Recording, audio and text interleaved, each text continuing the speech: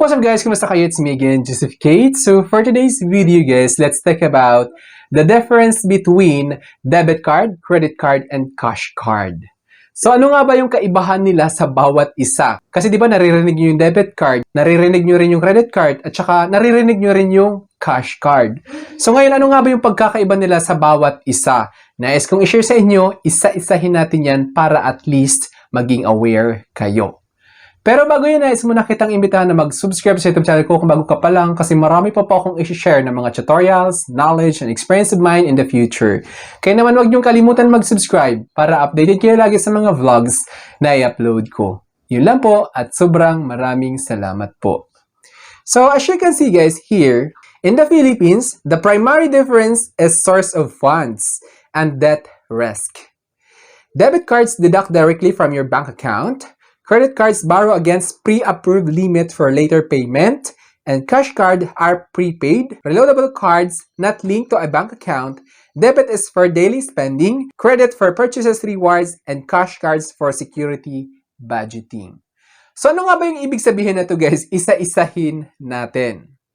So in the Philippines, the primary difference is source of funds and debt risk. So sa tatlo na yan, sa debit card, sa cash card, at saka sa credit card, yung pinagkakaiba nila is yung pinagmumulan or yung source of funds, kumbaga. At the same time, yung debt risk. Kasi may isa dyan na kung saan utang yung usapan. Debit cards deduct directly from your bank account. So kung may debit card kayo guys, binabawas yung ginastos ninyo gamit yung debit card na yan. Like for example, namili kayo sa supermarket, namili kayo sa SM. So the moment na ginamit niyo yung debit card na yan, yung mababawasan is yung savings account ninyo sa bangko na yon, kung anong bangko yung debit card mo na yon. Credit cards naman is borrow against a pre-approved limit for later payment. So ibig sabihin guys, si credit cards, si bangko ngayon yung maglalabas ng pera para doon sa ginastos ninyo. Gets nyo na ba? So, credit card is utang siya, kumbaga. And cash cards are prepaid, reloadable cards not linked to a bank account. So, si cash cards naman guys is reloadable card lang siya. Wala siyang nakalink kung saan, basta kay cash card itself siya, kung saan lalagyan ng pera, then yun, gagamitin mo na. Debit card is for daily spending. Credit card naman is for purchases and rewards. Kasi yung credit card, guys, is may mga rewards din kapag good payer kayo, kapag marunong kayo mag-manage ng pera. So, may mga rewards kayong marireceive from credit card company. And cash cards for security and budgeting. So, kapag, alam mo yun, may empleyado kayo, di ba? Kadalasan, mas maganda na cash card nyo idaan yung sahod nila. At saka sa budgeting, kung may estudyante kayo, then para ma-access nila yung allowance, much better kunan nyo sila ng cash card. Key difference and usage examples. So ito yung further details about the difference or kung ano pa yung detalye para mas maintindihan ninyo yung kaibahan ng credit card, debit card, and cash card. Debit card, bank link, as you can see. Usage, best for everyday transactions, groceries, and dining out without carrying cash. It immediately deducts money from your savings or payroll account. Examples is using a BDO or BPI debit, MasterCard, and Visa at a supermarket terminal. So, isa-isahin natin. Ano nga ba yung ibig sabihin nito? So, debit card, guys, is yung paggagamitan niya is good for daily transactions siya or everyday transactions. Kapag bibili kayo sa labas, kakain kayo, so kahit hindi mo na kailangan magdala ng cash, using your debit card, pwede mong bayaran yung pinamili mo at pinangkain ninyo. Example is yung BDO debit card and yung BPI debit card, which is Visa and MasterCard. Credit card naman is borrowed money. So credit card, as you can see, borrowed money. So meaning, ito yung card na kung saan utang yung usapan. Usage, ideal for big purchases, installment payments, and earning rewards, cashbacks, or air miles. You spend the bank's money and pay it back later, incurring interest if not paid in full. So as you can see guys, Ideal siya for big purchases kasi wala siyang limit, guys. Even millions, pwede niyong i-transact using credit card.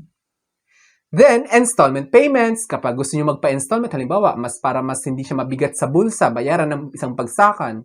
So, using your credit card, pwede niyo hati-hatiin up to 24 months yung bayad doon sa kung magkano yung bibilhin ninyo. Di ba laking ginhawa kahit papano kasi 24 months siya, di ba? And earning rewards, cashbacks or air miles. Kasi si credit card, guys, is hindi lang siya natatapos sa ganyan. May credit card na maganda pang travel, may credit card na maganda pang shopping, may credit card na maganda pang restaurant. As you can see, earning rewards. Kapag good payer kayo sa credit card bills ninyo, hindi kayo nagkakaroon ng lapses, talagang on time kayo magbayad. So magkakaroon kayo ng rewards. Alam mo yon, and never spend, like for example, nag-spend kayo ng 1,000, so may rewards yan, which is convertible into cash. Ngayon, kung good payer kayo, pwede nyo magamit yon in the future, kung naipon na, kung marami na yung points. Cashbacks. So kapag na-meet ninyo yung spending requirements, babalik yung ibang amount ng ginastos ninyo. Like for example, sa BDO, kapag nag-spend kayo ng 200,000, may 7,000 kayong cashback. Ganyan. You spend the bank's money, as you can see. So, pera ni bangko yung gagastusin nyo dito, ang gagamitin nyo, which is babayaran nyo lang din kalaunan, which is may interest kapag hindi nyo nabayaran ng buo. So, make sure lang guys na yung statement balance ng credit card ninyo is mabayaran nyo talaga ng buo para hindi kayo ma-charge ng interest charges. Examples is paying for appliances and 12-month installments using a Metrobank credit card for shopping rewards. So, minsan kasi nag-o-offer si Metrobank, BPI, East West, China Bank, depende sa credit card ninyo, ng 0% installment up to 24 months, 12 months, ganyan. Ngayon, ito naman si Cash Card, as you can see, Cash Card is prepaid reloadable. Usage niya is used for controlled spending or for individuals without bank accounts. It requires loading money first, making it safer for online transactions.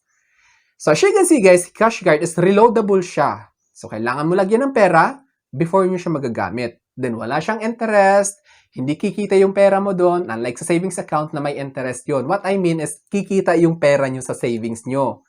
Tapos, ito naman si Cash Card, pag nilagyan nyo, walang interest yon. Ngayon, yung interest naman sa credit card is kapag hindi nyo nabayaran ng buo, magkakaroon ng interest yung ginastos ninyo. So, ngayon, si bangko yung kikita sa credit card.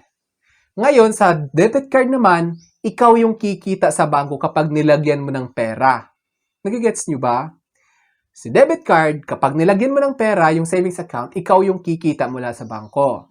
Kapag si credit card naman, ginamit ninyo at hindi nyo nabayaran ng buo, magkakaroon ng interest charges yon, si bangko yung kikita sa inyo. Ito si cash card, lagyan nyo ng pera, hindi siya nag-i-interest. Parang, okay, lagyan mo ng pera, din gagamitin mo din, that's it. Okay na.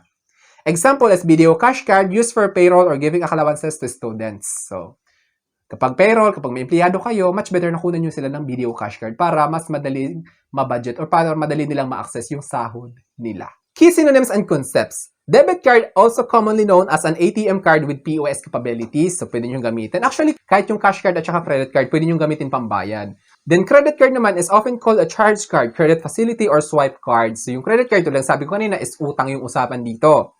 Cash card naman, often synonymous with prepaid cards, reloadable cards, or GCash, Maya physical cards. So, si cash card is reloadable lang siya, hindi siya nag-interest.